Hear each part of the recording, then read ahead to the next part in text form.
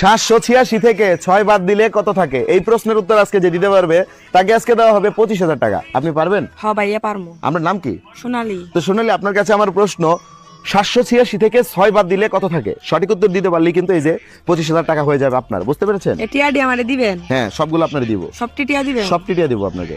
তো আপনি যদি উত্তর দিতে পারেন, আর দর্শক আপনাদেরকে বলছি, আপনারা যদি এই প্রশ্নের উত্তর দিতে পারেন দ্রুত কমেন্ট বক্সে উত্তর দিয়ে জানান, আর উত্তর জানানোর আগে এই ভিডিওটা অবশ্যই শেয়ার করবেন। তো বলেন 786 থেকে 6 বাদ দিলে কত থাকে? আচ্ছা ভাইয়া শেয়ার করলে কি হইব? শেয়ার কেমনে করব? না, এটা আপনার করা লাগবে না, আপনি উত্তরটা বলেন। 786 থেকে 6 বাদ দিলে কত থাকে? 786 থেকে 6 বাদ দিলে কত থাকে? হ্যাঁ, 786 থেকে 6 বাদ দিলে কত থাকে?